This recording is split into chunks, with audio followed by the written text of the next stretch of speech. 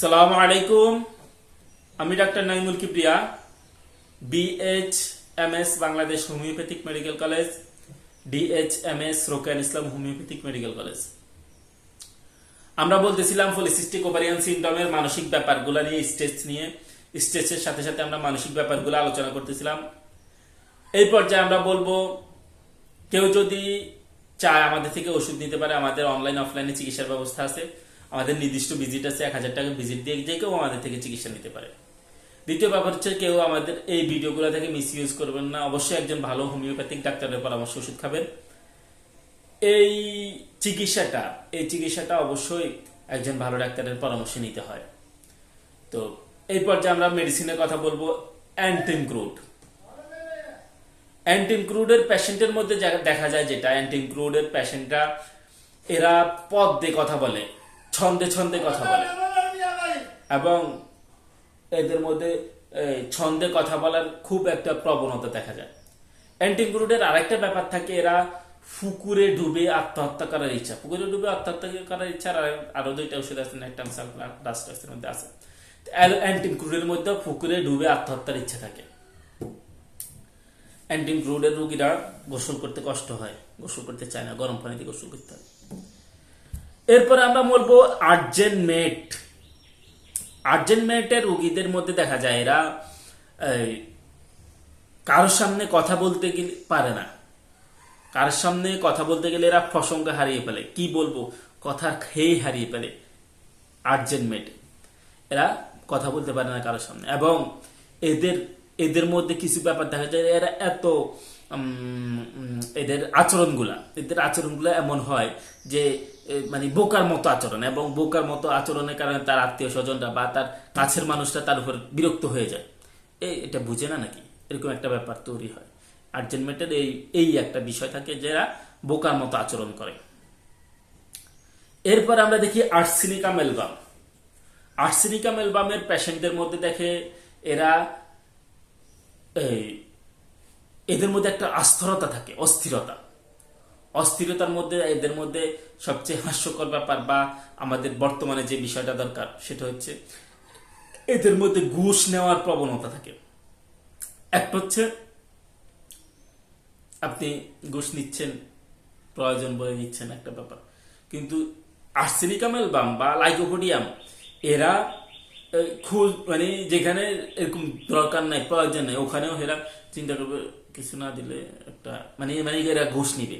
বা অর্থলোভী মেডিসিন আমরা দুইটা দেখি, এই আর্সেনিকা মেলবাম এবং লাইকোপোডিয়াম। আর্সেনিকা মেলবাম এবং লাইকোপোডিয়াম ঘুষ নেওয়ার প্রবণতা এবং অর্থলোভী এদের মধ্যে দেখা যায়।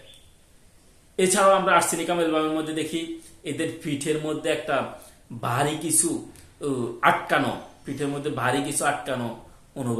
অনুভব থাকে। এদের মধ্যে অনুভব থাকে যে ভারী কিছু একটা জিনিস আটকে আছে, এবং এরা কাল্পনিক প্রাণীর ছবি দেখে, অর্থাৎ এরকম কোন প্রাণী হইতে পারে না, এরা ওরকম প্রাণী দেখে। তো এরকম হইলে আমরা এদের জন্য আর্সেনিকা মেলবামের কথা চিন্তা করি। আর্সেনিকা মেলবামের আরেকটা ব্যাপার হচ্ছে, এদের মধ্যে মাঝে মাঝে দেখা যায় এরা পোকা দেখে, চারপাশে পোকা দেখে, পোকা আর্সেনিকা মেলবাম এরা এদের চারপাশে পোকা দেখে। এরপর আর্সেনিকা মেলবামের মধ্যে দেখা যায় এরা বারবার মৃত্যু ভয় জাগে, এবং একা থাকলে এদের এই মৃত্যু ভয়টা বেশি থাকে। বারবার মৃত্যু ভয় এবং একা থাকলে এরা মৃত্যুর ভয় বেশি হয়, এবং এর রাতের বেলায় এদের মৃত্যু ভয় বেশি হয়। এই মৃত্যু ভয়ের সিস্টেমের মধ্যে আর্সেনিকা মেলবামের মধ্যে আমরা আরো দেখি নিজের উপর অত্যাচার করবে বলে এরা ভয়। এরা মনে করে আমি আমার ক্ষতি করে ফেলবো, আমি তো অন্য কিছু ভয় পাই না, আমি যদি আমার ক্ষতি করে ফেলি এই জন্য আমি ভয় পাই। এই যারা নিজের ক্ষতি করার ভয় করে তাদের জন্য আমরা আর্সেনিকা মেলবামের কথা চিন্তা করি। এরপরে আর্সেনিকা মেলবামের মধ্যে আরেকটা দেখা যায় যে এরা এই দুরারোগ্যর কারণে, অর্থাৎ এরা মনে করে এই রোগটা ভালো হবে না, এই রোগ ভালো হবে না মনে করে এরা আত্মহত্যা করার একটা সংকল্প করে। দুরারোগ্য রোগের জন্য এরা আত্মহত্যা করতে চাওয়ার এই বিষয়টা কিন্তু অরাম মেটালিকামের মধ্যে আছে। অরাম মেটালিকাম ওখানে আত্মহত্যা, জীবনের প্রতি বিতৃষ্ণা হয় আত্মহত্যা, কিন্তু এরা আরোগ্য হবে না মনে করে আত্মহত্যা, যে আরোগ্য আমি আর বাঁচবো না, জায়গা, এই একটা ভাব থাকে। এর মধ্যে আমরা দেখি আর্সেনিক অ্যালবামের মধ্যে একটা খারাপ ব্যাপার থাকে, এরা এক স্ত্রীতে সন্তুষ্ট থাকে না। কিছু কিছু আর্সেনিকের পেশেন্টের মধ্যে এক স্ত্রীতে মানে সন্তুষ্ট না থাকার ব্যাপার দেখা যায়।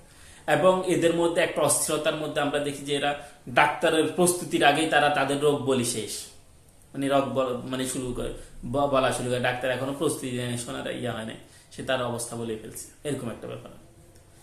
এরপরে আমরা দেখি আর্নিকা মন্ট বলে, ডাক্তারের বলে আপনি যেতে পারেন, আমার কোনো সমস্যা নাই, আমি ভালো আছি, কিচ্ছু হয়নি আমার। অথবা কারো যদি অর্থহানির কারণে যদি রোগ হয়, তখন আমরা আর্নিকা মন্টের কথা চিন্তা করি। Arnica mont, calcarea fluor. অর্থহানির কারণে কোনো রোগ হইলে আর্নিকা মন্ট, ক্যালকিরিয়া ফ্লোর। এরপরে আমরা আরেকটা দেখি অ্যাসারাম মেডিসিনটা। অ্যাসারাম মেডিসিন এরা মনে করে এই বাতাসের সাথে বাতাসে বাসতেছে অ্যাসারাম মেডিসিন।